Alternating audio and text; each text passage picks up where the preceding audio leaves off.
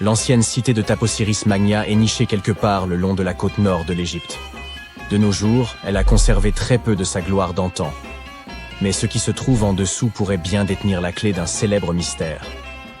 Celui de Cléopâtre, l'une des reines d'Égypte les plus mémorables de l'histoire. Le tunnel récemment découvert est également connu comme un prodige de géométrie pour son époque. Des fouilles ont mis à jour une structure de 13 mètres de long enfouie dans le sol et partiellement immergée. Sa forme et ses techniques de construction sont semblables à celles du tunnel de Palinos. Une autre incroyable découverte de l'Antiquité. Ce dernier se trouve sur l'île de Samos, en Grèce, et a été réalisé en creusant simultanément à partir de 2 points, dans le but de les faire se rencontrer au milieu. L'utilisation des mathématiques et de la géométrie pour réaliser cet ouvrage était d'une précision stupéfiante pour l'époque, d'autant plus qu'il traverse une montagne de part en part. Les archéologues qui travaillent sur le site de Taposiris Magna depuis 2004 pensent que ce tunnel pourrait mener au tombeau perdu de Cléopâtre. Les indices qu'ils ont découverts jusqu'à présent semblent étayer cette théorie. Pour commencer, la ville et son temple ont été construits par l'un des ancêtres de Cléopâtre, Ptolémée II. Toute son architecture semble indiquer que la cité était dédiée à l'ancien dieu Osiris et à sa reine, Isis.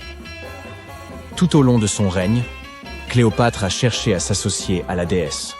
Il ne serait donc guère surprenant qu'elle ait choisi cet endroit comme lieu de dernier repos.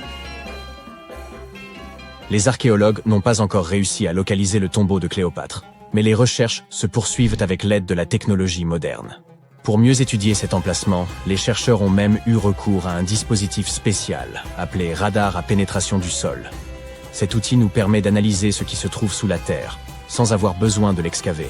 Comme ce tunnel est très ancien, les recherches doivent être menées avec la plus grande délicatesse. Voir des images de ce qui se trouve sous terre avant de commencer à creuser est incroyablement utile, et c'est ce que l'on fait ici depuis 2011. La découverte finale de la tombe de Cléopâtre pourrait nous aider à reconstituer son histoire. Surtout ce qui aurait pu se passer lors de la dernière partie de son règne, qui est encore entourée de mystères. Nous ne connaissons toujours pas la cause exacte de son décès. Certains pensent qu'elle aurait pu se laisser délibérément mordre par un cobra égyptien venimeux. D'autres ont suggéré qu'elle était tout à fait accoutumée au poison, en dissimulant même dans sa brosse à cheveux, au cas où le besoin s'en ferait sentir. Mais cela ne veut pas nécessairement dire qu'elle ait choisi de l'utiliser sur elle-même. Nous avons beaucoup d'autres informations intéressantes sur Cléopâtre, qui sont tout aussi dignes d'intérêt, comme le fait qu'elle ait eu sa propre styliste. La plupart des images que vous avez vues représentant la célèbre reine montrent que ses yeux étaient cernés de colle noire. Ce look aurait été créé par Airas, une servante connue pour avoir été sa cosméticienne attitrée.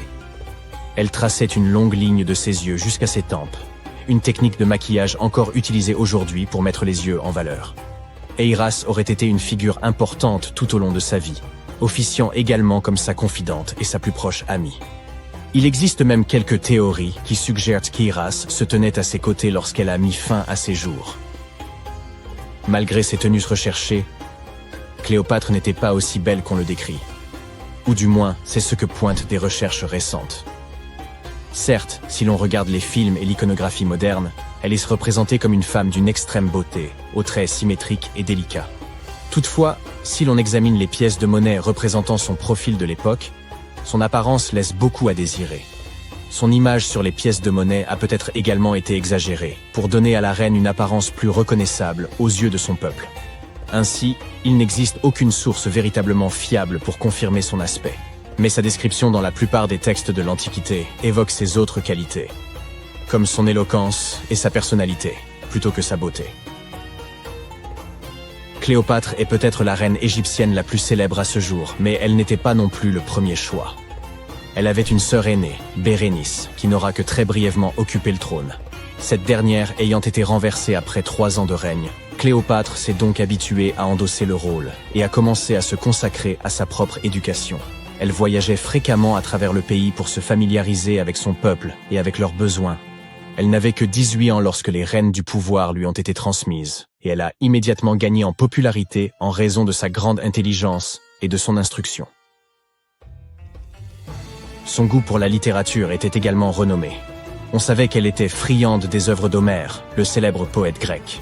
Cléopâtre aimait d'ailleurs autant écrire qu'elle aimait lire. Il existe même des suppositions selon lesquelles elle aurait écrit un livre sur la médecine et les cosmétiques, mais nous n'avons aucune preuve à ce jour que ce travail ait jamais existé. Être une grande souveraine à cette époque signifiait qu'il était indispensable de parler plusieurs langues. Cléopâtre l'avait clairement compris. Et c'est pourquoi il se murmure qu'elle en connaissait de nombreuses, à des degrés divers. Certains archéologues ont suggéré qu'elle maîtrisait le grec, l'égyptien et l'éthiopien, ainsi que de nombreux dialectes arabes. Elle aurait également pu parler latin, mais il y a peu de preuves pour soutenir cette hypothèse. Elle n'avait peut-être pas des traits angéliques, mais Cléopâtre faisait vraiment attention à son apparence, à commencer par son alimentation. Elle aimait les repas simples, notamment une variété de poissons.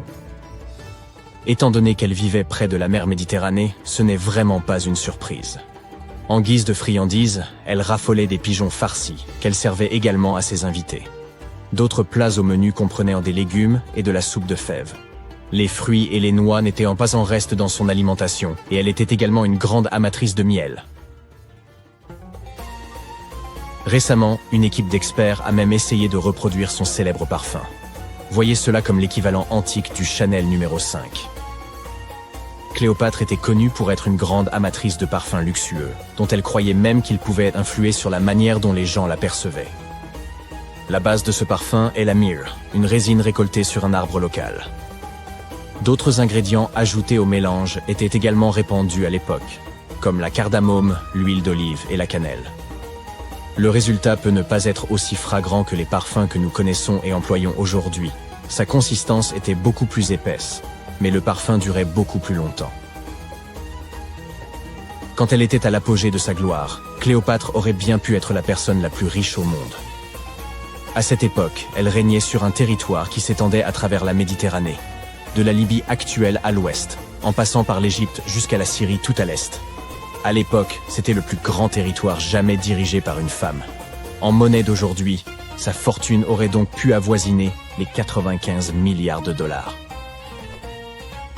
Les calendriers que nous utilisons aujourd'hui ont peut-être été introduits par Cléopâtre elle-même. C'est elle qui aurait présenté l'idée des années bissextiles et des jours intercalaires à Jules César, le général romain avec lequel on sait qu'elle était très proche. Suivant ses conseils, César aurait fait de ces ajustements une partie intégrante du calendrier romain. Les anciens Égyptiens savaient déjà que l'année était plus longue que 365 jours exactement. Ils ont découvert cela en étudiant l'étoile la plus brillante dans le ciel, appelée Sirius, et en ont conclu qu'une année durait en réalité 365 jours et un quart. C'est Elizabeth Taylor qui a fameusement introduit Cléopâtre dans l'imagerie populaire, lorsqu'elle l'a interprétée dans le film du même nom en 1963. À ce moment, il s'agissait du film le plus coûteux jamais produit. Il n'était censé coûter qu'environ 2 millions de dollars, mais a fini par engloutir l'incroyable somme de 44 millions. C'était principalement dû à des problèmes de scénario et de production. Pour réaliser ce film emblématique, les producteurs ont dû créer 79 décors de toutes pièces, ainsi que plus de 26 000 costumes pour le reste du casting. Rien que les costumes de Cléopâtre d'Elizabeth Taylor ont coûté environ 2 000 dollars.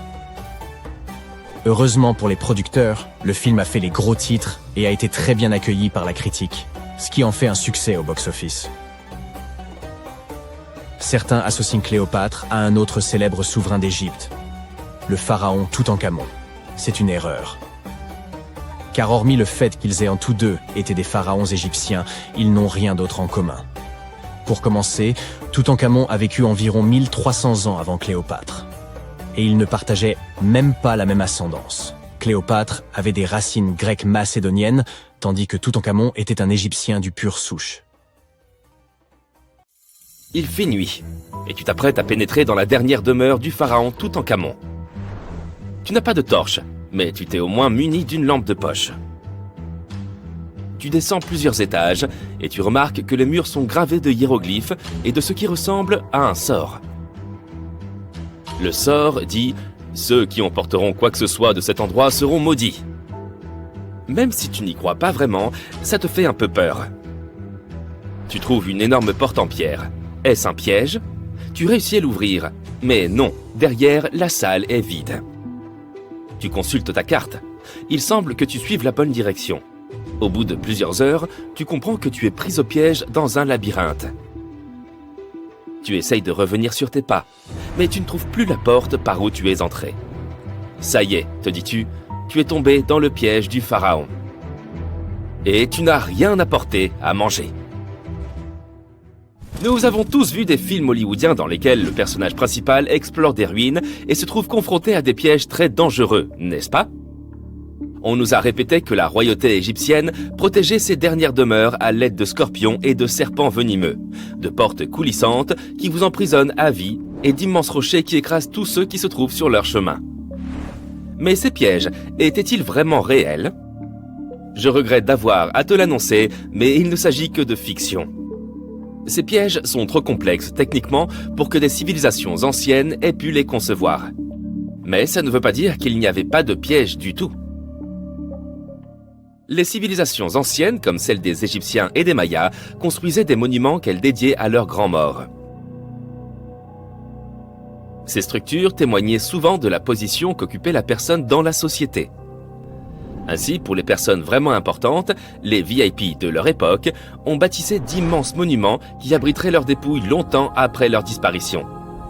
Certaines de ces civilisations croyaient que la vie se poursuivait de l'autre côté du voile.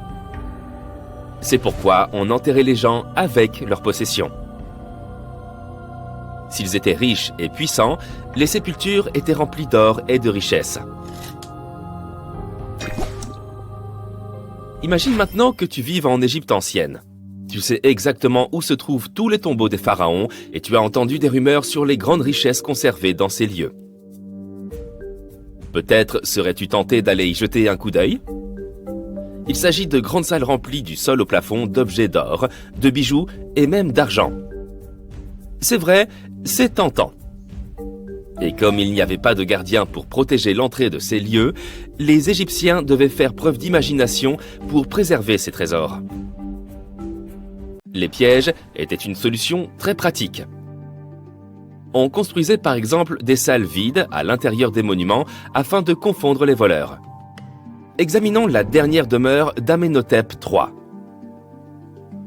Elle fut construite dans la ville de Luxor, dans un wadi secondaire de la vallée des rois. 2 ingénieurs français ont découvert le monument entre 1905 et 1914. Cette structure est immense et comporte plus de 10 salles reliées entre elles par de longs couloirs et de raides escaliers. La salle du roi est la mieux dissimulée et avant de la trouver, un étranger sera perdu plusieurs fois dans ce sombre dédale. D'autres pharaons ont tenté de protéger leurs richesses en faisant construire des monuments dont les faux planchers dissimulaient des trous d'une profondeur pouvant aller jusqu'à 6 mètres. Les visiteurs indésirables étaient ainsi découragés dans leurs recherches en voyant s'ouvrir le sol en chemin vers la chambre du roi. Outre les faux planchers, ils excellaient à construire de véritables labyrinthes de couloirs et de fausses murailles. Et les voleurs pouvaient mettre des heures avant de trouver la riche sépulture. Quant aux serpents venimeux, il est probable qu'ils soient venus d'eux-mêmes s'installer dans les fosses de ces monuments. Et sans doute ne restaient-ils pas très longtemps.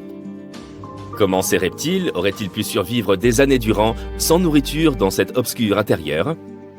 Oui, il s'agit donc bien encore d'une légende inventée par Hollywood. Si ces pièges te paraissaient ennuyeux, les archéologues ont trouvé un moyen de dissuasion intéressant dans la dernière demeure de la Reine Rouge de Palenque, au Mexique. Palenque était l'une des puissantes cités mayas du Mexique précolombien. On pense que la Reine Rouge était la grand-mère du dernier roi maya. Sans aucun doute, une personne d'une grande importance pour l'Empire. En son honneur, un immense monument fut construit pour conserver son corps après sa mort. La découverte de la tombe elle-même a été un véritable événement. Les archéologues ont trouvé un ancien monument en creusant sur le site en 1994. Ils ont d'abord vu une salle avec une porte cachée. Une fois la porte ouverte, ils ont découvert un long couloir. Enfin, au bout de ce couloir, se trouvait la chambre de la reine. Les archéologues étaient impatients de mettre au jour cette salle contenant la momie de la reine. Elle était entourée de perles, de coquillages de jade et de pierres précieuses. Mais en explorant les vestiges, l'équipe a remarqué quelque chose d'assez étrange. La pièce était couverte de poudre rouge. Les chercheurs connaissaient l'importance de cette couleur pour le peuple maya. et savaient qu'ils s'en servaient pour décorer leurs vêtements et leurs bâtiments. Mais ils ne comprenaient pas la présence de cette substance inconnue dans la sépulture de la reine. Après en avoir rapporté un échantillon pour une analyse approfondie, ils ont découvert que cette poudre était du cinabre, un minéral très nocif. Cette poudre, lorsqu'elle est inhalée, peut causer de graves dommages à la santé d'une personne. L'équipe a conclu qu'il ne pouvait s'agir que d'un piège pour ceux qui tenteraient de s'emparer de ces richesses. Les poudres toxiques sont peut-être les pièges les plus efficaces que nous ayons vus jusqu'à présent. Mais le moyen le moins onéreux d'éloigner les visiteurs indésirables était peut-être d'inscrire des sortilèges sur les surfaces des monuments. Nous en ririons probablement aujourd'hui, mais à l'époque, cela marchait extrêmement bien. Les sorts disaient généralement que quiconque emporterait quoi que ce soit connaîtrait un destin funeste. Certaines formules promettaient aux voleurs qu'ils perdraient leur maison dans de grands incendies ou de terribles inondations, d'autres que les malfaiteurs auraient des problèmes de santé incurables.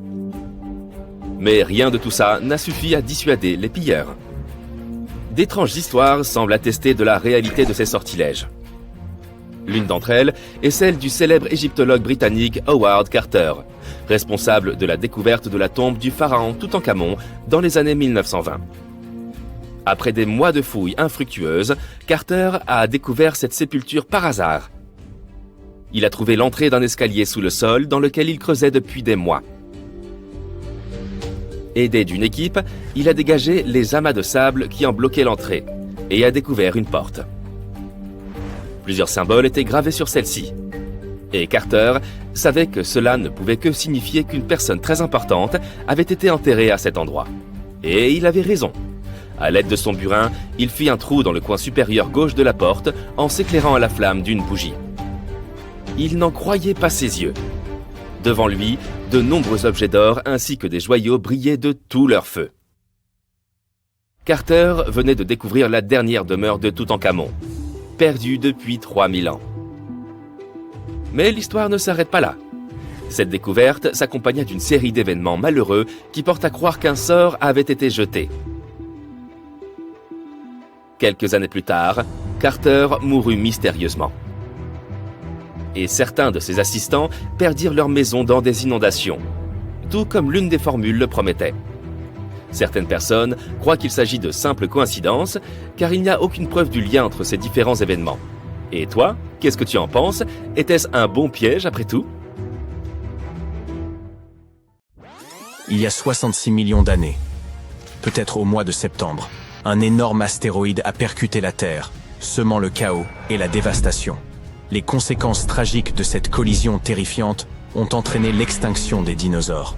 Oui, je veux parler de l'astéroïde de Chicxulub qui a laissé un énorme cratère au Mexique et a changé la vie sur Terre pour toujours. Aujourd'hui, il s'avère que ce n'est pas la seule roche cosmique à avoir frappé notre planète à cette époque. Les scientifiques viennent de confirmer l'existence d'un autre astéroïde. Ce deuxième astéroïde n'était pas aussi gros que Chicxulub, mais il a tout de même eu un sacré impact. Il s'est écrasé au large des côtes de l'Afrique de l'Ouest, s'enfonçant dans l'océan et laissant derrière lui un cratère, le cratère Nadir. Et croyez-moi, ses effets sont loin d'avoir été insignifiants. L'impact a été si puissant qu'il a déclenché un véritable tsunami. Ces vagues se sont dressées à plus de 790 mètres de hauteur, soit presque la taille de Burj Khalifa, la plus haute structure jamais construite par l'homme. Mais comment en sommes-nous arrivés à la conclusion qu'il y avait eu un deuxième impact? Wisden Nicholson, de l'université Heriot-Watt, a repéré le cratère Nadir en 2022. Le docteur Nicholson examinait des images à haute résolution du plancher océanique lorsqu'il a remarqué une énorme dépression de 9 km de large, sous près de 305 mètres d'eau. Il a pensé qu'il pouvait s'agir d'un cratère d'impact d'astéroïdes, mais à l'époque, les preuves dont il disposait n'étaient pas suffisamment solides. Aujourd'hui, les scientifiques ont confirmé qu'il s'agissait bien d'un cratère. Un deuxième astéroïde a bel et bien frappé la Terre à l'époque de l'extinction des dinosaures. Voyons maintenant comment ils ont compris cela. Tout d'abord, il y a eu ces images sismiques 3D de très haute résolution. Elles ont permis aux chercheurs de séparer les couches du plancher océanique et d'obtenir une vue parfaitement nette du cratère. C'est un peu comme quand on passe d'une échographie floue à des scans en 3D où tous les détails sont visibles. Leurs conclusions ont confirmé que le cratère avait été créé par un astéroïde d'une largeur comprise entre 457 et 500 mètres. L'impact a été si intense qu'il a produit un pic central, formé des crêtes autour du cratère et même endommagé une zone périphérique de plusieurs milliers de kilomètres. À l'aide de ces images très détaillées, les scientifiques ont réussi à reconstituer ce qui s'est passé juste après que l'astéroïde a heurté la surface de notre planète.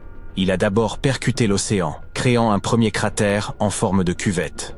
Au fur et à mesure que l'onde de choc s'est propagée, les fonds marins ont été si violemment secoués qu'il y a eu plusieurs glissements de terrain.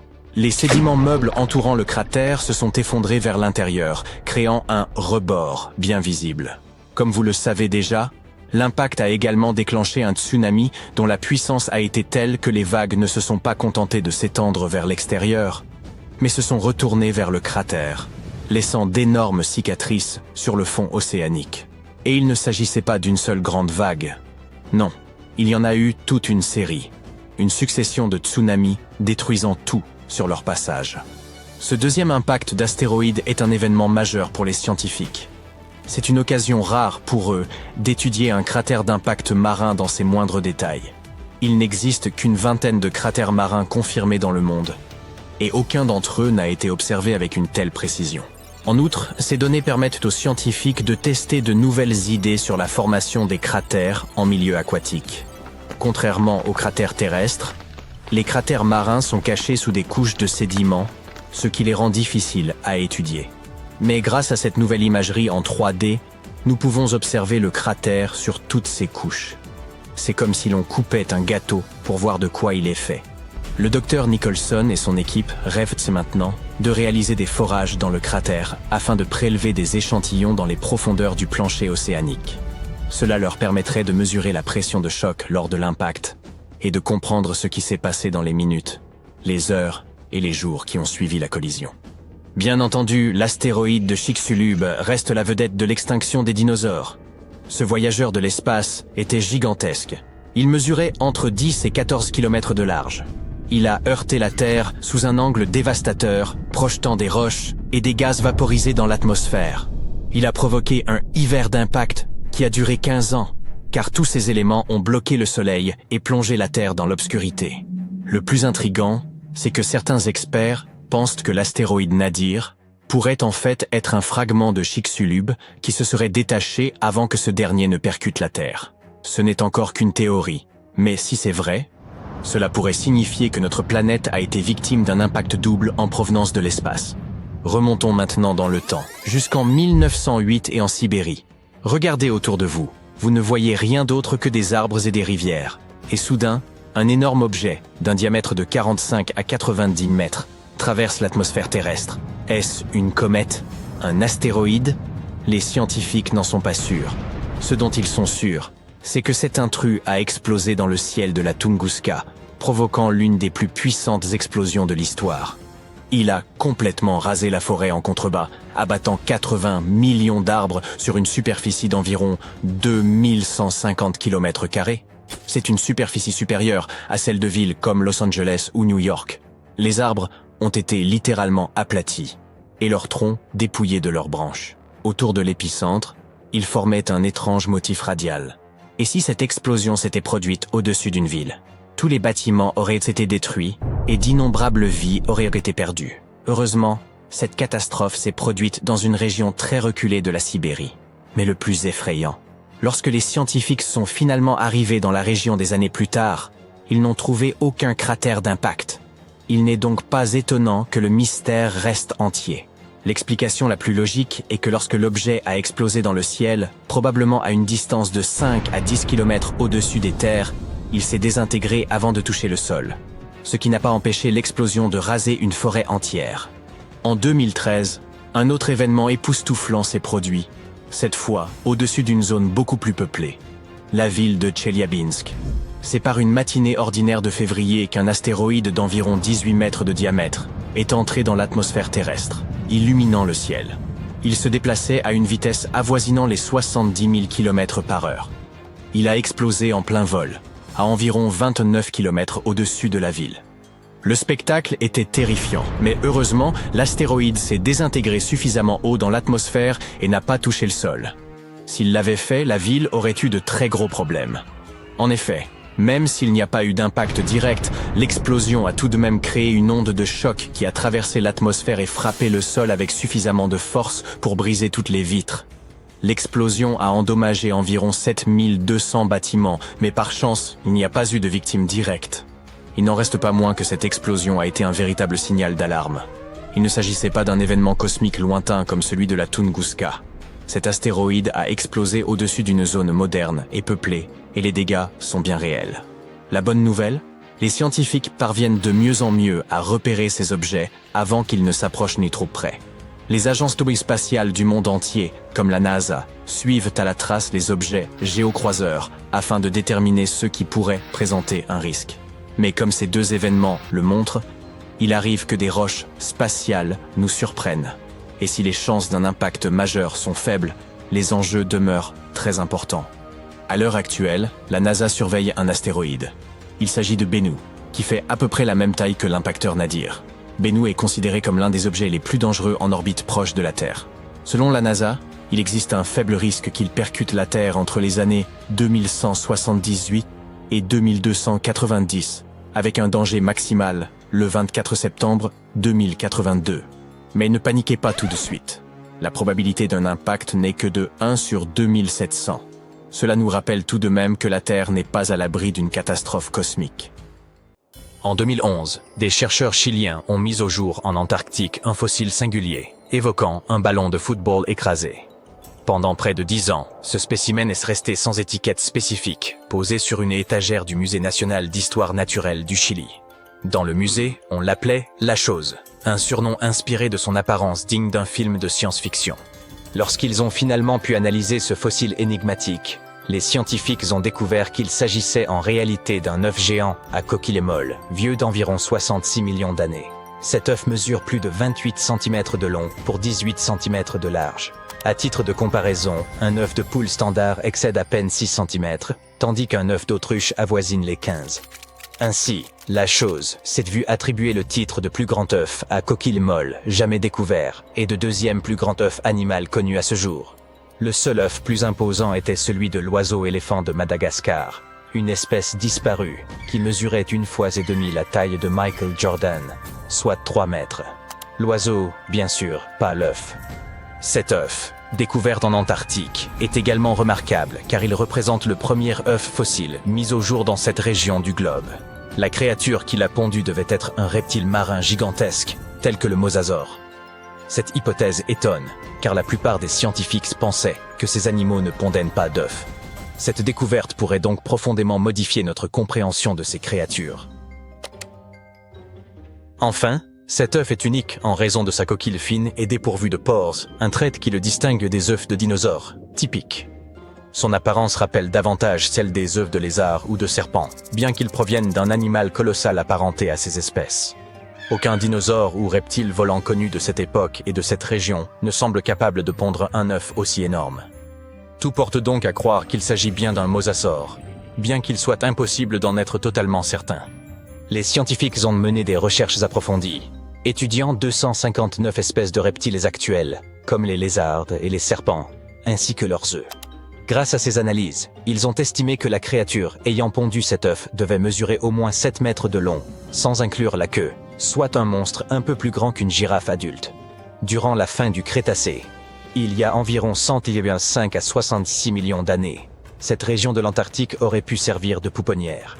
Des ossements de jeunes mosasaures et plésiosaures y ont été découverts, aux côtés de ceux d'individus adultes.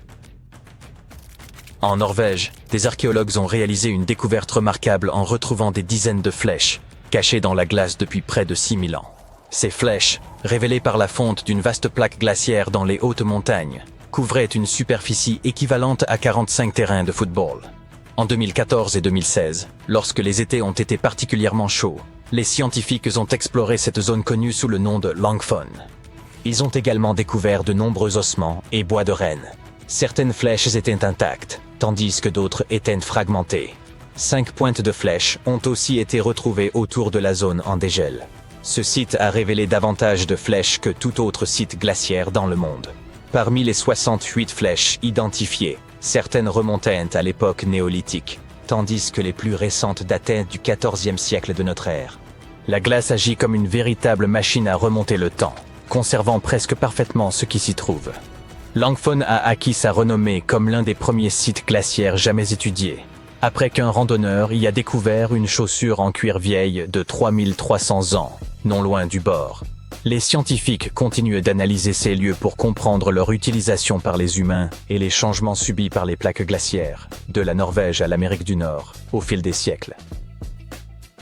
Il y a environ 32 000 ans, un écureuil a enterré des graines près d'une rivière en Sibérie. Cela évoque-t-il à d'autres des souvenirs de l'âge de glace? Ces graines appartenaient à une plante aux délicates fleurs blanches, la silène Stenophylla. Des milliers d'années plus tard, une équipe de chercheurs a retrouvé ces graines profondément enfouies dans le sol gelé, à une profondeur équivalente à celle d'un immeuble de 12 étages. Les graines étaient enfouies dans la glace, entourées d'ossements d'animaux comme des mammouths, des bisons et des rhinocéros laineux. Les graines les plus matures avaient été abîmées, peut-être par l'écureuil lui-même, mais certaines graines plus jeunes conservaient encore des tissus viables. Les scientifiques les ont minutieusement extraites et placées dans de petits récipients pour favoriser leur croissance. Et maintenant, la partie la plus incroyable. Ils ont réussi à faire pousser ces plantes. Leurs fleurs présentaient des formes légèrement différentes de celles de la même espèce qui poussent aujourd'hui. Au bout d'un an, cette plante de l'ère glaciaire a même produit de nouvelles graines. Ces résultats ont conduit les chercheurs à suggérer que le permafrost pourrait servir de réservoir d'un ancien patrimoine génétique, où des espèces disparues pourraient être retrouvées et ramenées à la vie. Des chercheurs, à bord d'un brise-glace en Antarctique, étaient à la recherche de baleines lorsqu'ils ont fait une découverte beaucoup plus surprenante. Une caméra placée derrière le navire, pesant autant qu'une voiture, a capté l'image de 60 millions de nids de poissons des glaces, répartis sur le fond de la mer de Weddell. Les nids, espacés d'environ 25 cm dans toutes les directions, s'étendaient sur une superficie de 240 km², soit légèrement plus que la taille de Washington, D.C. La colonie possédait même une limite bien définie, visible comme une ligne tracée dans le sable. Les scientifiques exploraient cette région pour étudier un site océanique particulier où l'eau était légèrement plus chaude que celle environnante. Dans cette eau réchauffée, ils ont observé de minuscules organismes, appelés zooplanctons, près de la surface. Lorsqu'ils éclosent, les jeunes poissons des glaces nagent vers cette zone pour se nourrir de zooplancton avant de redescendre vers le fond marin pour grandir et, à leur tour, se reproduire. Avec une telle abondance de nourriture, leur présence dans cette eau plus chaude semblait logique. Cependant, personne ne s'attendait à découvrir un nombre aussi impressionnant de nids de poissons des glaces, bien plus que ce qui avait été observé jusque-là. L'Antarctic Heritage Trust de Nouvelle-Zélande a découvert d'anciens négatifs dans une cabane en Antarctique. Ces clichés se sont avérés être des images rares de l'expédition du groupe de la mer de Ross, une tentative célèbre mais infructueuse menée par Ernest Shackleton entre 1914 et 1917. Son ambition était d'être le premier à traverser l'Antarctique par voie terrestre, reliant la mer de Weddell à la mer de Ross en passant par le pôle Sud. Cependant, l'expédition a pris une tournure désastreuse lorsque leur navire, l'Aurora, a été perdu en mer. L'équipe a dû s'abriter dans la cabane d'un autre explorateur, le capitaine Robert Falcon Scott, qui avait lui aussi cherché à atteindre le pôle Sud en 1972, sans succès. Les négatifs, fabriqués en nitrate de cellulose, ont été retrouvés collés les uns aux autres dans une petite boîte. Le Trust a ramené les négatifs en Nouvelle-Zélande, où ils ont été soigneusement séparés, révélant 22 images jusque-là invisibles. Bien que de nombreuses photos aient été abîmées, certaines montraient des lieux reconnaissables autour du détroit de McMurdo, une région emblématique de l'Antarctique. L'identité du photographe reste toutefois un mystère. En décembre 2021, des chercheurs ont observé une marque inhabituelle sur la plateforme de glace de Larsen, une immense étendue glacée au large de la côte est de l'Antarctique. Ils ont supposé qu'il s'agissait d'une rivière souterraine et ont foré à près de 500 mètres pour vérifier. Bien qu'ils se soient attendus à trouver de l'eau, ils ont été surpris de découvrir qu'elle abritait de minuscules créatures rapides, appelées amphipodes. Les chercheurs ont également constaté que cette rivière souterraine comportait des courants en couches, se déplaçant dans des directions inattendues et encore mal comprises. Une autre découverte étonnante a marqué leur étude. Le 20 décembre de la même année, un volcan, le Hunga Tonga, est entré en éruption, et les ondes de pression générées par cet événement ont été détectées jusque dans la rivière gelée de l'Antarctique. Cette observation illustre les interconnexions étonnantes qui lient tous les phénomènes de notre planète. même dans les régions les plus reculées. Les scientifiques ont récemment découvert des vestiges comparables à l'Atlantide, près de l'Australie. Autrefois, un continent entier se trouvait là, désormais submergé. Voici son histoire. Il y a environ 70 000 ans, pendant la dernière période glaciaire, une vaste masse terrestre appelée Sahul existait dans le sud-ouest de l'océan Pacifique. Cet ancien supercontinent connectait ce que nous connaissons aujourd'hui sous les noms d'Australie, de Nouvelle-Guinée, de Tasmanie et des îles Aru, formant une immense étendue de terre continue. Imaginez des forêts tropicales luxuriantes entourées de majestueuses montagnes. Les plus hautes montagnes de Sahul se trouvaient dans les hautes terres de Nouvelle-Guinée et atteignaient des sommets de plus de 3900 mètres. Ce lieu exceptionnel abritait une diversité d'animaux uniques, principalement des marsupiaux. Mais il n'y avait pas que des koalas et des kangourous. Sahul hébergeait divers types de brouteurs, fouisseurs, charognards et prédateurs. On y trouvait le gigantesque diprotodon, le redoutable chasseur qu'était le thylacoleo, et le terrifiant Mégalania, une créature bien plus grande que la plupart des lézards vivants aujourd'hui. Ce territoire était tout à fait singulier, car, tandis que le reste du monde était peuplé d'animaux placentaires comme les loups, les éléphants et les humains, Sahul ne comptait parmi ses mammifères classiques que des chauves-souris et des rongeurs. Toutefois, ces différentes régions présentaient des écosystèmes variés.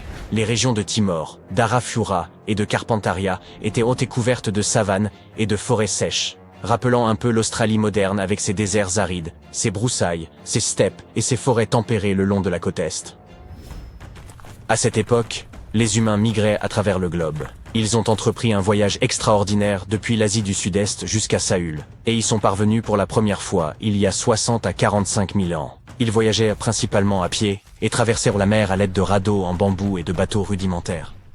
Ils provenaient de l'ancien plateau continental de Sunda, qui englobait des parties de l'Asie du Sud-Est. En traversant une série d'îles connues sous le nom de Wallacea, ils se sont finalement répandus à travers le Sahul. Et ce n'était pas un petit périple. Le Sahul était immense, s'étendant sur environ 10,6 millions de kilomètres carrés, soit une superficie plus grande que celle des États-Unis ou du Canada.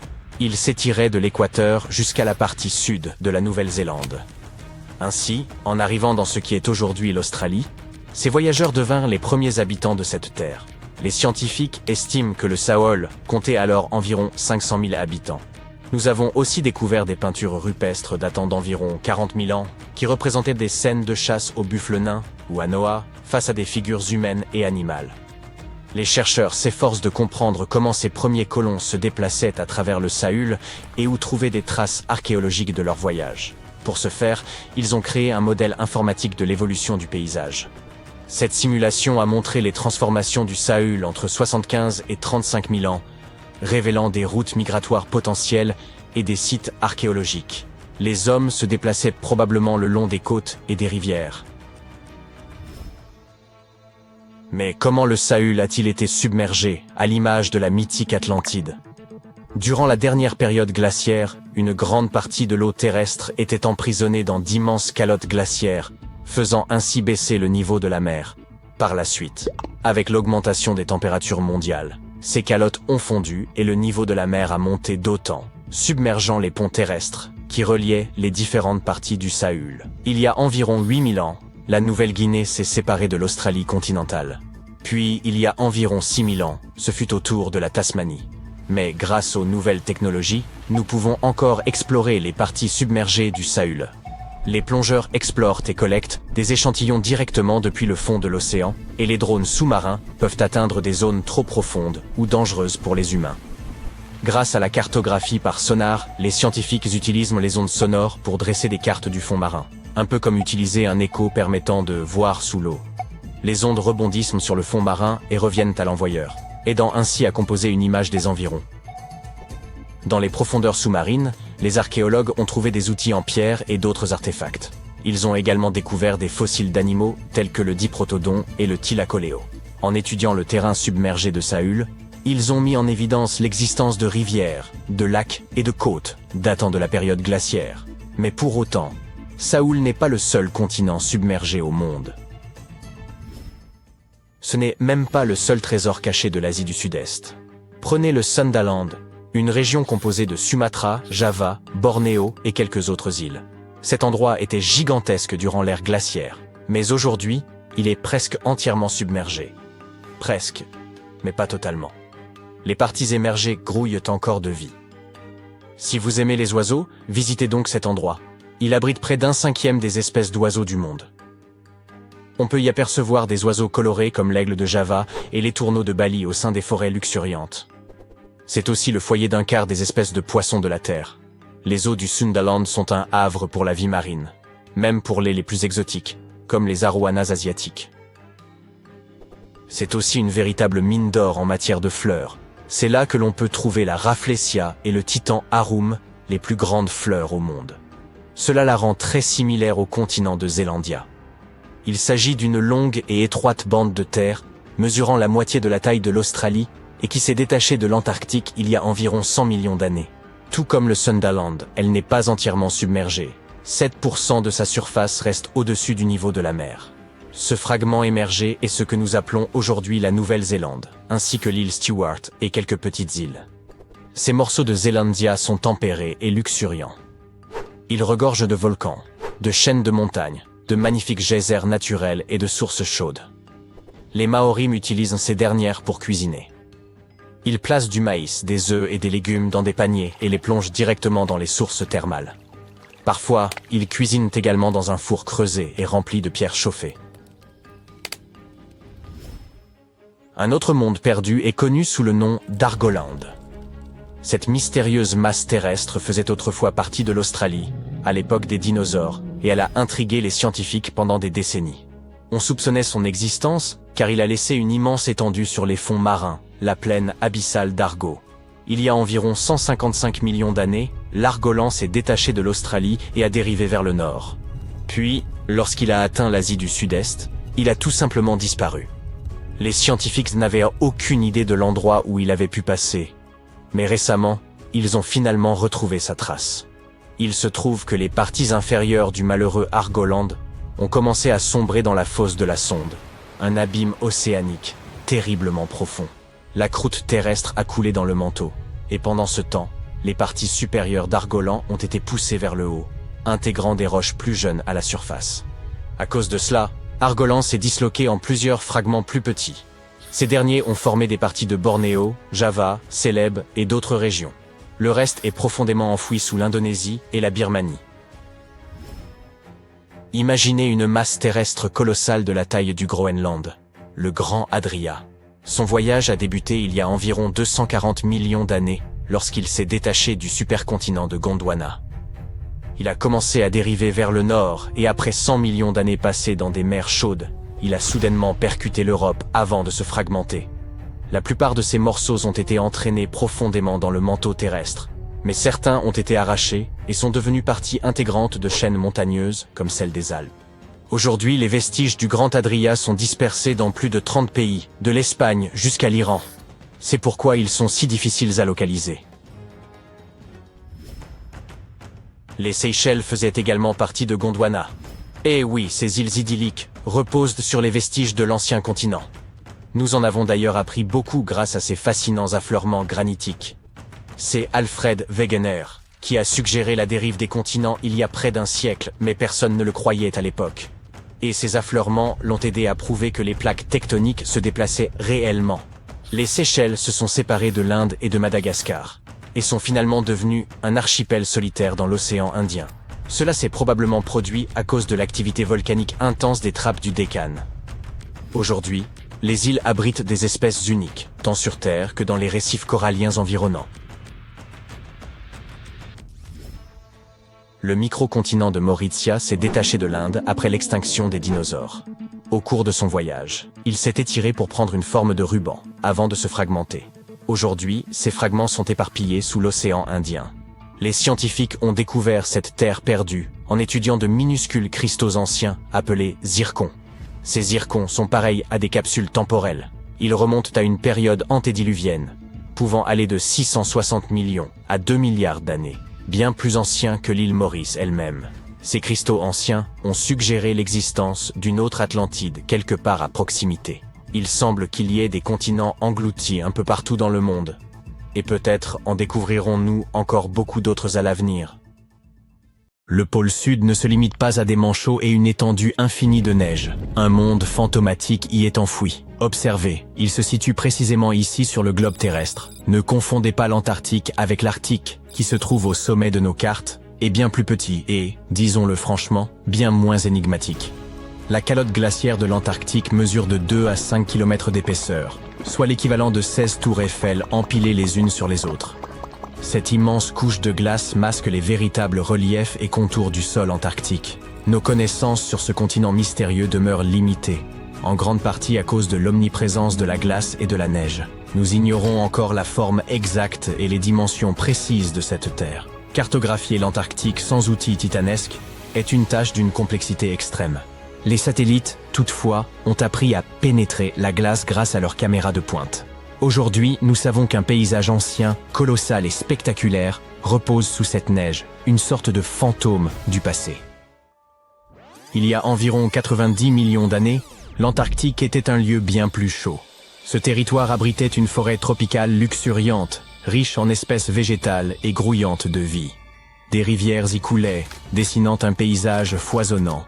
Puis la glace a tout recouvert. Ce bouleversement a eu lieu il y a environ 34 millions d'années, lors de la transition de l'Éocène à l'Oligocène, une période marquée par un refroidissement significatif de notre planète. C'était le début de l'une des nombreuses ères glaciaires. La Terre subsista, mais fut ensevelie sous une couche de glace et de neige de plus en plus épaisse. Pour l'œil non averti, l'Antarctique est devenu un désert blanc, vaste, uniforme et dépourvu de relief. Les millénaires passèrent, et l'épaisse calotte glaciaire continua de se mouvoir, polissant et transformant le sol. Au fil de millions d'années, elle modifia l'apparence du continent. Aujourd'hui, si l'on examinait le sous-sol, il ne subsisterait pratiquement aucun vestige du pôle sud originel, à une exception près. Dans les régions où la glace est exceptionnellement épaisse et presque immobile, comme en Antarctique orientale, elle joue un rôle inverse. Elle agit comme une couverture particulièrement dense qui protège le sol. En temps normal, des facteurs tels que le vent ou la pluie érodent progressivement le sol, modifiant ainsi sa forme au fil des siècles. Cependant, grâce à cette couche de glace protectrice, ces processus naturels ne parviennent pas à atteindre les strates sous-jacentes. Ainsi, le sol est demeuré presque intact pendant des millions d'années, comme s'il avait été figé dans le temps. Cette zone spécifique, située près des bassins subglaciaires d'Aurora et de Schmidt, est désormais surnommée le spectre du paysage antarctique. Cet endroit est resté presque intact depuis qu'il a été recouvert de neige. Il y a 34 millions d'années. Il constitue une empreinte historique unique, capable de révéler l'apparence du sol de l'Antarctique avant qu'il ne devienne ce désert glacé. Lorsque les scientifiques ont exploré l'Antarctique orientale, ils ont mis en évidence un fantôme fascinant. Des traces de rivières anciennes, diverses vallées, de petites îles énigmatiques, ainsi que 3 vastes formations terrestres en forme de U. Mais que signifient-elles exactement? Comme vous le savez, les continents de notre planète sont en mouvement constant, glissant sur un manteau de lave en fusion, comme des céréales dans un bol de lait. Au fil des époques géologiques, ils se sont rassemblés et séparés à maintes reprises. Il y a plusieurs centaines de millions d'années, un supercontinent nommé Gondwana réunissait plusieurs terres, dont l'Antarctique, qui formait alors une masse unique. Cependant, lorsque le Gondwana s'est fracturé, l'Antarctique a été soumis à de puissantes forces tectoniques. Des fragments de son territoire ont été arrachés les uns des autres et dispersés. C'est ainsi que se sont formés ces grands blocs de terre dissimulés sous l'épaisse couche de glace. Aujourd'hui, les scientifiques souhaitent approfondir l'étude de ce fantôme. Pour cela, ils envisagent de forer la glace, un peu comme on utilise une paille pour atteindre le fond d'un épais milkshake. Cette méthode leur permettra de prélever des échantillons de roches et de sédiments en profondeur, afin d'en apprendre davantage sur l'histoire et le climat de notre planète. L'Antarctique serait le 5e plus grand continent du monde, surpassant l'Europe entière ou l'Australie en taille et rivalisant avec l'ensemble de l'Amérique du Sud. Outre l'Antarctique orientale déjà évoquée, il abrite d'autres régions emblématiques, comme la péninsule antarctique, le pôle Sud, l'Antarctique occidentale et la mer de Ross. Ce continent est en quelque sorte un immense terrain gelé, dont les paysages mystérieux et enfouis restent moins explorés que ceux de Mars. Ce que nous savons avec certitude, c'est que sans sa couverture de glace, il révélerait un monde riche en relief, composé de vastes montagnes, de gigantesques canyons et même de volcans en activité. Certains de ces volcans, d'une taille colossale, émergent au-dessus des épaisses couches de neige. Rien qu'en Antarctique occidentale, on en dénombre au moins 138, bien que seulement 8 ou 9 soient encore actifs aujourd'hui. L'un des volcans les plus fascinants est le mont Erebus, le plus méridional du continent et également le plus élevé, culminant à environ 4000 mètres. Sous l'épaisse calotte glaciaire, ce géant abrite des cavernes sous-volcaniques d'une beauté exceptionnelle, où les températures sont suffisamment douces pour rester en t-shirt. La péninsule antarctique s'apparente à un assemblage d'îles montagneuses profondément enfouies sous la surface. Elle est composée de roches volcaniques, relativement récentes, faisant partie de l'anneau de feu du Pacifique. Un cercle gigantesque, regroupant des volcans et des zones sismiques autour de l'océan Pacifique. L'Antarctique oriental, quant à lui, représente une région immense, presque aussi vaste que l'Australie. Il s'étend de la côte est du continent jusqu'au pôle sud. Sous ces glaces, on trouve des formations rocheuses extrêmement anciennes, dont certaines se situent dans la zone évoquée plus tôt. Vous savez sans doute que l'Antarctique est presque totalement dépourvue d'humains. Rien d'étonnant à cela, au regard de la température moyenne avoisinant les moins 43 degrés Celsius. Mais malgré ces conditions extrêmes et la désolation de l'endroit, la vie persiste, et devinez où? Dans les profondeurs de la Terre. En 2017, des chercheurs ont découvert des traces d'ADN d'algues, de mousses, et même de petits animaux inconnus dans de profondes grottes. Cela prouve que, malgré des conditions aussi hostiles, des écosystèmes uniques parviennent à prospérer dans des poches de chaleur isolées sous la neige. Une autre découverte incroyable a eu lieu sous la plateforme de glace de Ross, un écosystème florissant au sein d'une rivière souterraine. Les scientifiques soupçonnaient depuis longtemps que des lacs et rivières d'eau douce pouvaient exister dans le sous-sol antarctique. Un jour, un satellite a détecté une faille, et après avoir décidé de l'explorer, ils ont utilisé une foreuse alimentée par de l'eau chaude pour fondre la glace et s'y engouffrer. À leur arrivée dans ces profondeurs, ils ont plongé une caméra dans l'une de ces rivières cachées. Au début, ils pensaient découvrir simplement des rochers ou des formations similaires. Mais au contraire, ils sont tombés sur des centaines d'amphipodes, de minuscules créatures ressemblant à des crevettes. Les petites créatures se sont immédiatement regroupées autour de l'objectif, obstruant la caméra et empêchant les scientifiques de mener les observations prévues. Cela peut prêter à sourire, mais confirme qu'il existe bel et bien un écosystème au cœur de l'Antarctique. Les chercheurs prévoient désormais de l'explorer en profondeur. Et tout cela n'est là que l'affleurement de ce mystérieux monde souterrain. Sous la neige, ce continent cache également le canyon le plus profond, situé sous le glacier Denman. Bien que la fosse des Mariannes demeure le point le plus profond du globe, il convient de préciser que, géologiquement, elle appartient à la croûte océanique. En 1958, des explorateurs ont mis à jour une vaste chaîne de montagnes enfouies sous la glace, comparable aux Alpes en termes d'altitude. Cette chaîne s'étend sur près de 1200 km, avec des sommets culminant à 2700 mètres d'altitude. Et cette splendeur est ensevelie sous des tonnes de glace. Qui sait ce que nous pourrions encore découvrir ici? L'Antarctique abrite environ 60% de l'eau douce de la planète. Cela signifie qu'une fonte totale de ces glaces aurait des conséquences dramatiques. À titre d'exemple, il existe un glacier apocalyptique, officiellement connu sous le nom de Glacier Thwaites. Ce gigantesque bloc de glace, de la taille de la Floride, est actuellement en train de fondre. Chaque année, cela contribue à une élévation des niveaux marins de 4%. Si ce glacier venait à fondre complètement, le niveau des océans augmenterait de 60 cm. Une hausse qui peut sembler modeste, mais qui serait dévastatrice pour les régions côtières du monde entier.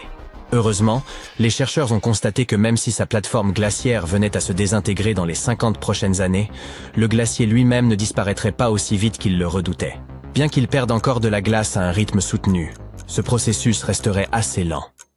Imaginez que vous ayez été choisi pour répondre à l'une des questions les plus importantes de l'histoire. Quelle a été la première civilisation sur Terre? La description du poste est simple, mais la tâche est extrêmement difficile. Vous devez déterrer la preuve de la première civilisation officielle du monde. Étaient-ce les Sumériens en ancienne Mésopotamie? Ou étaient-ce les anciens Égyptiens répartis le long du Nil? Sans vouloir vous mettre la pression, l'histoire est littéralement entre vos mains. Bonne chance! Puisque vous ne pouvez pas remonter le temps et visiter l'ancienne Mésopotamie pour obtenir les réponses à vos questions, vous devrez rechercher dans les bases de données des musées afin d'obtenir quelques indices. Avant toute chose, nous avons besoin d'une définition de ce qui est considéré comme une civilisation. Il ne s'agit pas seulement de milliers de personnes regroupées et vivant harmonieusement. Il y a certains éléments clés qui, ensemble, font d'un groupe de personnes une civilisation. Comme, par exemple, le domaine de l'urbanisme, autrement dit, la construction de villes, les systèmes d'irrigation et l'écriture. Vous décidez de commencer votre recherche en plongeant profondément dans l'histoire des Sumériens, qui occupent aujourd'hui la position de première civilisation du monde. Maintenant, imaginez être le premier de votre espèce. Cela signifie ne pas avoir d'exemples externes. Cela signifie plutôt partir de zéro. Première chose dont vous aurez besoin, un lopin de terre. Et comme il n'y avait pas de compagnie des eaux actives à cette époque, vous aurez besoin d'un terrain avec un accès facile à l'eau. Donc, les Sumériens se sont installés entre deux grands fleuves appelés l'Euphrate et le Tigre, dans le sud de la Mésopotamie vers 5000 avant notre ère. Fait amusant, la Mésopotamie se traduit par « la terre entre deux fleuves ». Sur une carte moderne, c'est à peu près là où se trouve l'Irak aujourd'hui. En plus de la terre, une civilisation a besoin de moyens pour obtenir de la nourriture. La civilisation sumérienne a dû faire face à un climat sec et chaud, mais ils ont réussi à faire prospérer l'agriculture dans la région. En détournant les eaux des rivières et en créant des réservoirs et des barrages, les Sumériens ont permis à une série de colonies d'émerger à travers les plaines de Mésopotamie. La célèbre ville de Babylone en faisait partie. Vous savez, la ville qui aurait eu ses jardins suspendus? Je dis supposément parce qu'aucune preuve définitive de l'existence réelle de ce monument n'a été trouvée. Cependant, il était considéré comme l'une des 7 merveilles du monde antique et cité comme un exploit remarquable d'ingénierie dans un livre ancien publié vers 290 avant Jésus-Christ. Bien qu'aucune trace des jardins de Babylone n'ait été trouvée, les Sumériens étaient reconnus comme des bâtisseurs extrêmement habiles. Leur ville était remplie de constructions en briques de boue, et les plus impressionnantes étaient connues sous le nom de ziggourats, des pyramides à degrés construites à des fins spirituelles. Les Sumériens ont construit un réseau commercial pour compléter les ressources rares et ont commencé à échanger des marchandises avec des civilisations émergentes à proximité, comme l'Anatolie et l'Égypte. Le début du commerce a poussé les Sumériens à développer ce que l'on croit être le premier système d'écriture au monde. Il a commencé comme un système simple, datant probablement de 3400 avant notre ère.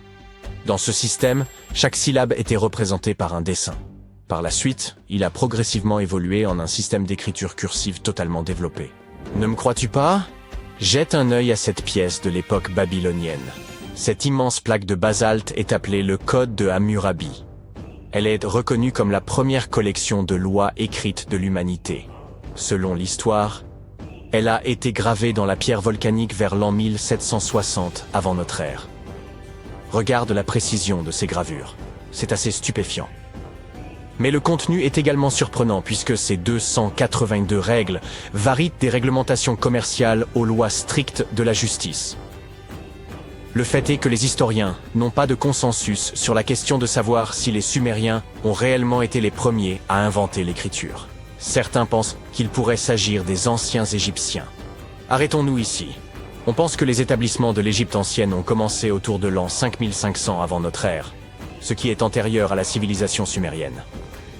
Mais souvenez-vous que j'ai dit qu'une civilisation avait besoin de quelques éléments avant d'être considérée comme telle. L'Égypte ancienne était composée de plusieurs petites cités-États, telles que Memphis, Abydos et Thèbes, disséminées le long du fleuve Nil. Ce n'est qu'en 3000 avant notre ère que l'Égypte fut unifiée sous un seul royaume et dura comme un empire jusqu'à près de 1000 avant notre ère. Bien qu'il n'y ait pas de consensus à ce sujet, certains experts en égyptologie estiment que ce pourrait être des immigrants sumériens qui ont fondé les premiers établissements égyptiens. La preuve pourrait être la présence de sceaux cylindriques en pierre dure, un objet largement utilisé en Sumer. Ces sceaux servaient à garantir l'authenticité des transactions légales. Mais il est difficile de déterminer si cette méthode a été introduite par des immigrants sumériens ou simplement par le commerce. Étant donné que la période de temps n'est pas l'un des critères que nous pouvons utiliser pour déterminer qui est venu en premier, nous devrons nous tourner vers autre chose. Mais quoi? Comme les Sumériens, les Égyptiens étaient également des constructeurs hautement qualifiés. Évidemment, ils ont construit les célèbres pyramides de Gizeh et bien d'autres sur tout leur territoire. Pour améliorer leur technique de construction, ils se sont immergés dans le développement d'une compréhension plus approfondie des mathématiques. Ils ont développé une nouvelle forme de mesure, appelée le coudé, qui était l'équivalent de la longueur d'un bras. La Grande Pyramide, par exemple, mesure 440 coudées sur 440 coudées.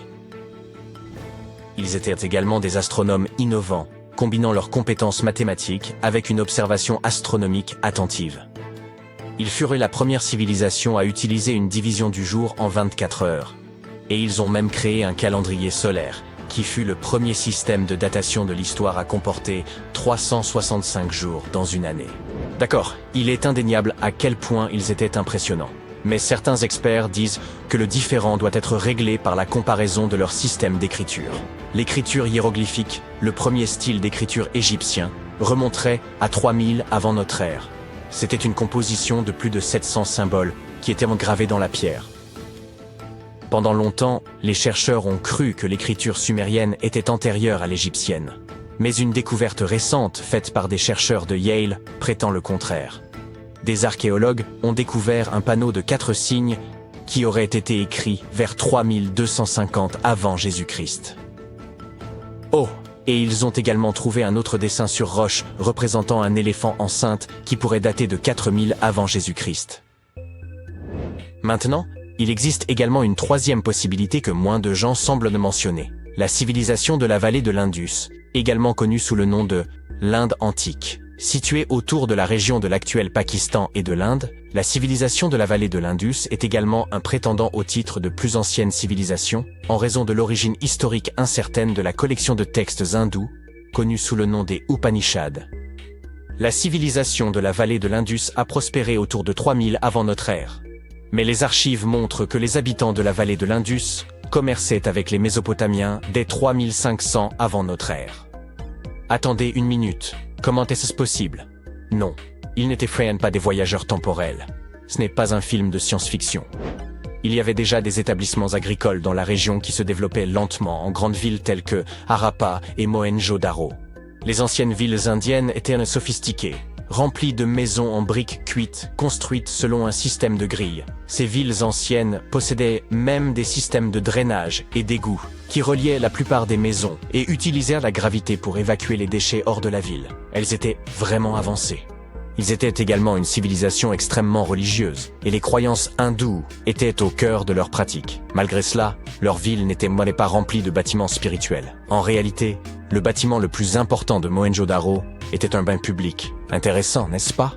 Maintenant, pourquoi ne pouvons-nous pas savoir s'ils étaient la plus ancienne civilisation sur Terre? Même si certains historiens soupçonnent que les origines des habitants de la vallée de l'Indus peuvent remonter à 5000 avant notre ère, il n'y a aucune preuve concrète de cela, seulement des spéculations.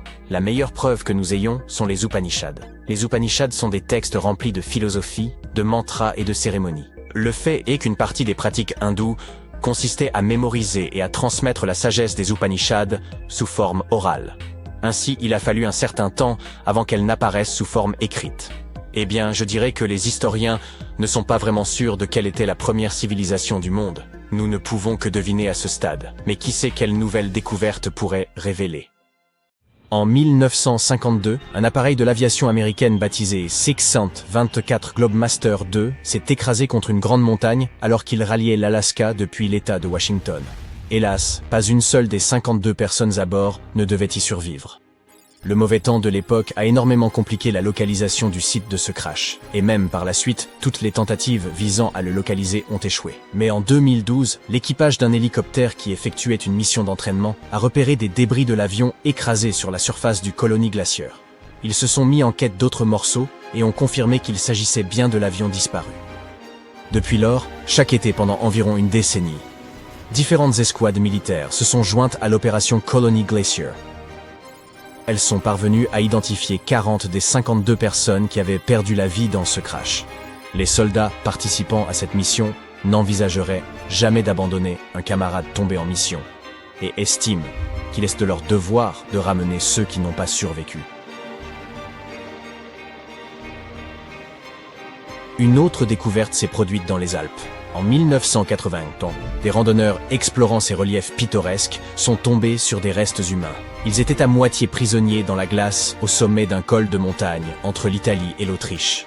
Au début, la police a cru qu'il pourrait s'agir d'un accident d'alpinisme. Mais en quelques semaines, Les archéologues ont commencé à affirmer que cet homme pourrait avoir vécu plus de 5000 ans auparavant. On a finalement donné à cet homme congelé le surnom d'Ötzi. Il doit son nom à la vallée d'Ötztal, qui est toute proche. Il a depuis acquis une certaine notoriété comme étant la plus ancienne momie des glaces jamais découverte. L'état de congélation d'Ötzi pourrait ne pas être aussi unique que nous le pensions, et c'est là que les choses prennent un tour intéressant. Les archéologues ont justement leur propre théorie. Voyez-vous, au début, tout le monde était persuadé que la découverte des restes d'Ötzi marquait le début d'une ère plus froide, car il avait été pris dans la glace sans la moindre interruption depuis qu'il y avait laissé la vie. Pourtant, au cours des dernières décennies, les glaciers et les calottes glaciaires de par le monde fondent comme un sorbet lors d'une chaude journée d'été. Non seulement Ötzi, mais aussi d'autres reliques anciennes comme des corps, des équipements de chasse, du crottin de cheval, et même d'anciens skis ont commencé à émerger. Les archéologues soutiennent donc l'existence de sites similaires. Ils en ont trouvé bon nombre, et tous s'intègrent parfaitement dans ce champ nouveau de l'archéologie glaciaire. Il semble qu'à mesure que le monde se réchauffe, il puisse nous révéler encore bien des secrets provenant du grand froid. Passons à une autre découverte étonnante. En 2018, William Taylor et Nick Jarman explorèrent les pentes enneigées des monts de l'Altaï en Mongolie et sont tombés sur un ancien trésor caché dans la glace. À l'intérieur, ils ont découvert la tige d'une flèche vieille de 3000 ans, bien préservée et ornée de marques couleur ocre. Elle était en parfait état, une rareté pour des objets aussi anciens faits de matière organique. Ils ont également trouvé d'autres fragments, comme une pointe de flèche en bronze à laquelle les bouts de tendons d'un animal étaient encore attachés. Toutes ces reliques du passé étaient restées intactes pendant des milliers d'années, car elles étaient emprisonnées dans la glace. En Mongolie, l'augmentation des températures a fait fondre des plaques de glace qui étaient restées intactes pendant des siècles. Des découvertes similaires ont été faites dans le Yukon, aux États-Unis, en Italie, en Sibérie et en Norvège. Des milliers de sites ont ainsi été identifiés. Pourtant, les chercheurs effectuent une véritable course contre la montre afin de documenter et de préserver ces reliques avant qu'elles ne soient perdues à jamais. Leur étude remet en question la définition même de ces territoires comme étant des étendues sauvages et démontre que des peuples indigènes y coexistaient avec la nature. Parfois, les gens découvrent aussi des objets du quotidien aussi simples qu'une sandale. Celle-ci, découverte sur un col de montagne du centre de la Norvège, indique que les gens utilisaient déjà cet itinéraire il y a environ 1700 ans. Cela suggère qu'il y avait moins de neige et de glace dans cette région à l'époque. La sandale, datant d'environ 300 avant Jésus-Christ, ressemble fortement aux sandales romaines de cette époque. Encore une fois en Norvège, des chasseurs ont retrouvé une épée en fer juchée tout en haut d'une montagne, à plus de 1600 mètres d'altitude. Il n'existe aucun site funéraire à proximité, et il est déroutant d'imaginer pourquoi quelqu'un aurait emmené son épée dans un endroit aussi reculé. Les archéologues suggèrent que le propriétaire aurait pu s'être perdu. Par la suite, en 2011, des objets inhabituels ressemblant à des frondes géantes ont commencé à émerger avec la fonte des glaces. La datation au carbone 14 suggère que cet objet singulier aurait été conçu aux alentours de 400 avant Jésus-Christ. Il mesure plus d'1 mètre de long et présente des entailles au couteau. Les archéologues en ont été intrigués, jusqu'à ce qu'un membre de l'équipe les reconnaisse comme une sorte de tenaille ou de pince, utilisée pour arrimer des ballots de foin ou de feuilles au traîneau. Les gens de la région utilisèrent des traîneaux à foin avec de telles pinces jusque dans les années 50, moment auquel les tracteurs sont devenus plus répandus. Remontons maintenant quelques milliers d'années en arrière. Nous pouvons facilement y parvenir, rien qu'en regardant ce mammouth laineux. Ce pachyderme ressemble un peu à un doudou tout mignon, quoique légèrement usé. Cet ancien colosse, qui a connu son apogée il y a 39 000 ans, est le mammouth le mieux conservé jamais découvert. Même son crin hirsute emblématique est étonnamment bien conservé, car il est resté piégé dans les glaces jusqu'à sa récente découverte en Sibérie. Cet animal incroyable fait beaucoup parler de lui à Yokohama, au Japon, où des scientifiques effectuent des tests qui ambitionnent de ramener cette espèce éteinte à la vie. Lorsqu'on a découvert cette femelle mammouth, on a découvert un trésor inattendu. Un échantillon de son sang préservé sous la glace. On pense donc que ce sang ancien pourrait détenir la clé de la résurrection du mammouth laineux. On a également retrouvé du tissu musculaire bien préservé. Cette femelle mammouth avait entre 50 et 60 ans lorsqu'elle a connu ce destin glacial. La découverte de sang de mammouth a ravivé les débats sur l'éthique de la résurrection de créatures éteintes, à l'instar du scénario de Jurassic Park. Le plan serait d'implanter un ovocyte dans une éléphante moderne pour une gestation de 22 mois, en espérant qu'au moins une cellule de mammouth vivante parvienne à survivre. Grimpés à bord, nous retournons dans les Alpes françaises. Nous nous trouvons non loin du site où un avion d'Air India s'est tragiquement écrasé il y a 46 ans. Heureusement, nous sommes accompagnés d'un secouriste de montagne consciencieux et de son voisin. Ils se sont rendus dans cette zone après qu'un groupe de touristes ait remarqué un objet étrange sur un glacier. C'était un sac. L'ambassade indienne de Paris en a eu vent et semblait déterminée à le récupérer. Ce qui le rend si mystérieux, c'est qu'il portait les inscriptions de courrier diplomatique et ministère des Affaires étrangères.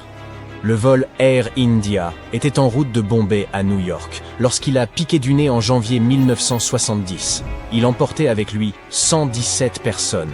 Et devinez ce qui se trouvait d'autre dans ce sac, hormis le courrier diplomatique détrempé, une pile de vieux journaux indiens. Aux côtés de ceux-ci, on a également retrouvé des morceaux de la cabine de l'avion, une chaussure esselée et un tas de câbles, des trésors pour le moins inattendus en pleine montagne. Au cours de l'été 2013, sur l'île canadienne de Ward Hunt, des scientifiques d'os sont tombés sur un message laissé par un géologue du nom de Walker, qu'il avait placé là 54 ans auparavant. Ce message lui a servi en quelque sorte de dernier testament, car il est décédé à peine un mois après avoir dissimulé la bouteille dans les rochers de l'île. Le contenu du message était proprement stupéfiant. En 1959, Walker avait mesuré la distance entre ces mêmes pierres et le bord du glacier et l'avait évaluée à seulement 51 mètres. Puis, en 2013, cette distance s'était creusée pour atteindre 122 mètres. Les chercheurs sont convaincus que ce contraste frappant entre les deux relevés ne fait que souligner les conséquences du réchauffement climatique en cours. Imaginez cette glace fondant dans les montagnes de Norvège, comme une machine à remonter le temps qui nous révèle un trésor caché. Près de 800 vestiges vikings, dissimulés depuis plus de 1000 ans, ont été ainsi découverts. Ils nous donnent un aperçu des routes commerciales florissantes de l'époque viking et du rôle crucial des cols de montagne dans ce commerce ancien. Parmi les découvertes, figurent des chaussures en cuir, des moufles de laine douillette, d'élégantes tuniques, des pointes de flèches entières, des fers à cheval, des bâtons de marche et des ustensiles de cuisine provenant de la panoplie d'un chef viking. Il a même gardé quelques souvenirs de son cheval de charge. Ces vestiges nous fournissent de précieux renseignements sur les anciennes habitudes de voyage et sur l'apogée de cette culture, lorsque ces routes débordaient d'activité. Enfin, ils nous donnent un aperçu de la vie de ces anciens aventuriers.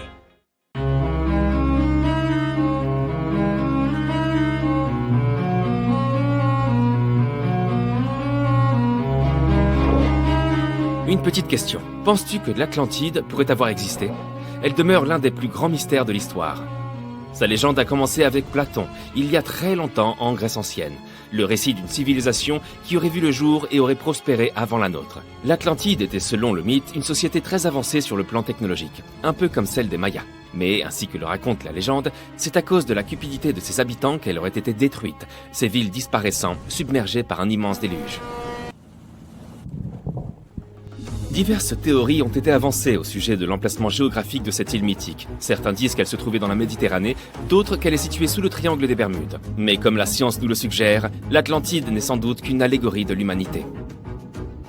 Aujourd'hui, tu vas découvrir plusieurs villes sous-marines étonnantes dont tu n'as jamais entendu parler. Elles ont bel et bien existé et ne sont pas de simples légendes. Nous allons tout d'abord faire une excursion dans la cité engloutie de Baïa, sur la côte italienne. Connue comme une sorte de Las Vegas de l'Empire romain, Baïa était un lieu de villégiature. L'élite romaine se rendait pour se divertir dans cette sorte de spa en plein air qu'était Baïa.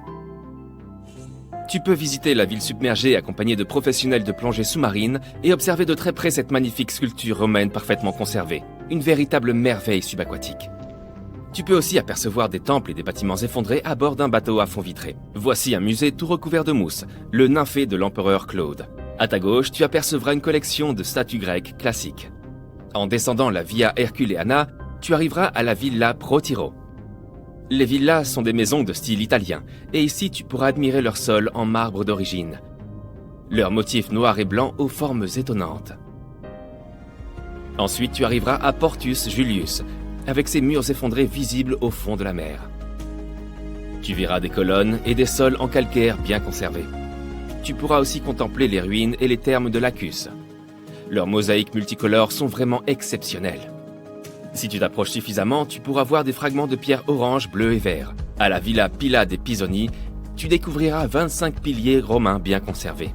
Les arches et les fresques non loin sont impressionnantes, tout comme l'ampleur de ce trésor abrité par les eaux. La ville était située sur un sol volcanique. Il y avait donc des sources d'eau chaude à volonté. Les gens s'y rendaient pour se détendre, mais pas n'importe qui. Parmi ceux qui fréquentaient cet endroit figurent certains des plus grands empereurs et personnalités de l'époque. Ceux dont on nous parle à l'école, Néron, Cicéron, César. Mais vers le 8e siècle, la ville luxuriante a été mise à sac, puis abandonnée. Lentement, le niveau de la mer est monté, et la cité a peu à peu été engloutie.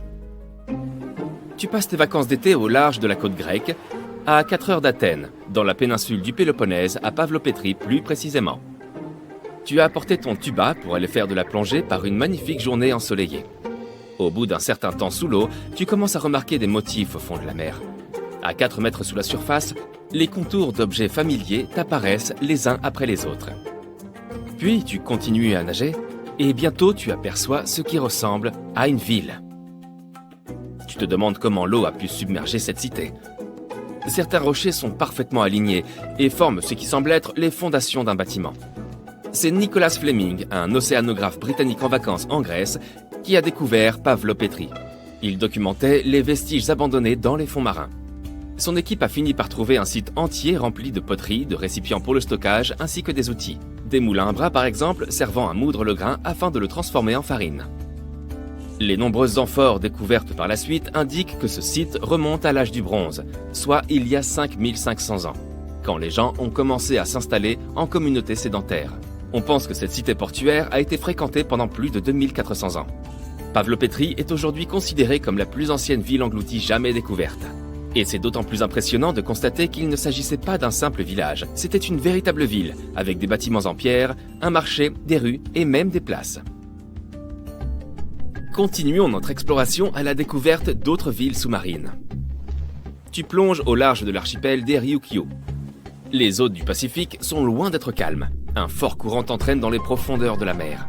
Soudain, tu aperçois une énorme structure éclairée par le soleil qui traverse jusqu'au fond des eaux. Au début, cela ressemble aux ruines de Machu Picchu, situées sur l'autre côté du globe, au Pérou. En t'approchant, tu découvres lentement ses formes. Une structure en forme de pyramide, des arches, des escaliers. Quelque chose qui aurait pu être un palais ou un château. Tout cela pourrait être le signe d'une activité humaine ancienne. Ce site est aujourd'hui connu sous le nom de structure sous-marine de Yonaguni, mais on l'appelle également l'Atlantide du Japon. Le monument entier fait environ la taille de 5 terrains de football, et sa hauteur est celle d'un bâtiment de 5 étages. Sa caractéristique la plus surprenante, ces vastes terrasses faites pour accueillir de grands rassemblements. Les explorateurs et les scientifiques pensent que Yonaguni existe depuis 10 000 ans. Mais la question de savoir s'il s'agit d'une structure construite par l'homme ou d'une formation naturelle fait toujours l'objet d'un débat. Selon le meilleur géologue marin du Japon, le professeur Masaaki Kimura, Yonaguni serait l'héritage d'une civilisation perdue. Kimura a plongé dans cette zone afin d'explorer ses ruines plus de 100 fois au cours des 10 dernières années. D'après lui, on y trouve des signes évidents d'activité humaine. Le bassin triangulaire, situé à la surface du monument, est caractéristique, par sa forme symbolique, des fontaines historiques de la région. Il y a aussi une tortue géante sculptée sur le flanc oriental de la structure. Et selon Kimura, les tortues ont une signification culturelle importante. Plusieurs fragments d'outils en pierre ont été retrouvés sur le site. Ils auraient été fabriqués il y a 10 000 ans. Cependant, tous les scientifiques ne sont pas convaincus. Nombreux sont ceux qui pensent que Yonaguni est le résultat de milliers d'années d'érosion. Le fait que le monument soit composé d'un seul bloc de roche les pousse à croire qu'il n'est pas d'origine humaine. Ses arêtes, ainsi que ses surfaces planes, ressemblent à cette formation naturelle présente en Irlande du Nord, et connue sous le nom de chaussée des géants. Un ensemble de colonnes de basalte imbriquées fait penser au parvis d'un palais. Mais celles-ci sont plus probablement le résultat de l'activité volcanique locale. Continuons ensemble notre exploration sous la surface. La prochaine étape de notre voyage est l'une des villes sous-marines les plus célèbres au monde, et aujourd'hui transformée en parc archéologique. La ville de Port-Royal en Jamaïque n'existe plus que sous la surface. Mais en 1692, c'était l'une des cités les plus riches de l'hémisphère occidental. Port-Royal était alors un centre important de l'Empire britannique. Son activité commerciale attirait des voyageurs provenant des 4 coins du monde. C'était aussi le foyer des véritables pirates des Caraïbes. Mais au matin du 7 juin 1692, le sort des habitants de Port-Royal a pris une tournure absolument inattendue. Les tavernes et les restaurants, toujours débordants de vie, se sont mis à trembler. La population s'est réveillée au milieu d'un immense séisme dont la magnitude est estimée aujourd'hui à 7,5 sur l'échelle de Richter. Un des survivants a dit avoir vu la terre s'ouvrir et engloutir toute la ville. Ce qu'il a affirmé pourrait être vrai, car l'agglomération était principalement construite sur du sable. Le sol a littéralement aspiré les bâtiments, les routes et tout ce qui s'y trouvait là. Des geysers sont entrés en éruption et finalement des vagues hautes comme des immeubles de 10 étages se sont abattus sur la ville. Environ 13 hectares ont disparu sous l'eau. Et étonnamment, la plupart de ces vestiges du XVIIe siècle reposent en bon état à 12 mètres de profondeur. Dans ces ruines, les archéologues ont trouvé des tavernes, des entrepôts, des cuisines et des bâtiments de loisirs utilisés à des fins diverses. Tu peux aussi voir la grande statue d'un lion, un pont submergé ainsi que de nombreuses arches pittoresques. Et si on allait faire un tour en Inde, non loin de son littoral, se trouve une autre merveille. Un site que l'on a nommé la cité perdue de Cambay, qui repose dans le golfe du même nom. Elle est restée cachée jusqu'en 2001, jusqu'à ce que l'Institut national des technologies océaniques décide d'aller analyser l'eau de la zone. Grâce à la technologie du sonar qui envoie une sonde sonore jusqu'au fond de la mer, l'équipe de l'Institut a fait une découverte, très loin sous la surface. Les images rapportées montraient des formes géométriques réparties sur une étendue de 8 km. Ces vestiges dateraient de plus de 9500 ans. Ce qui veut dire que cette civilisation a disparu à peu près à la fin de la dernière période glaciaire. Parmi les débris récupérés sur le site, on trouve des matériaux de construction, des poteries, des perles, des sculptures et même des os.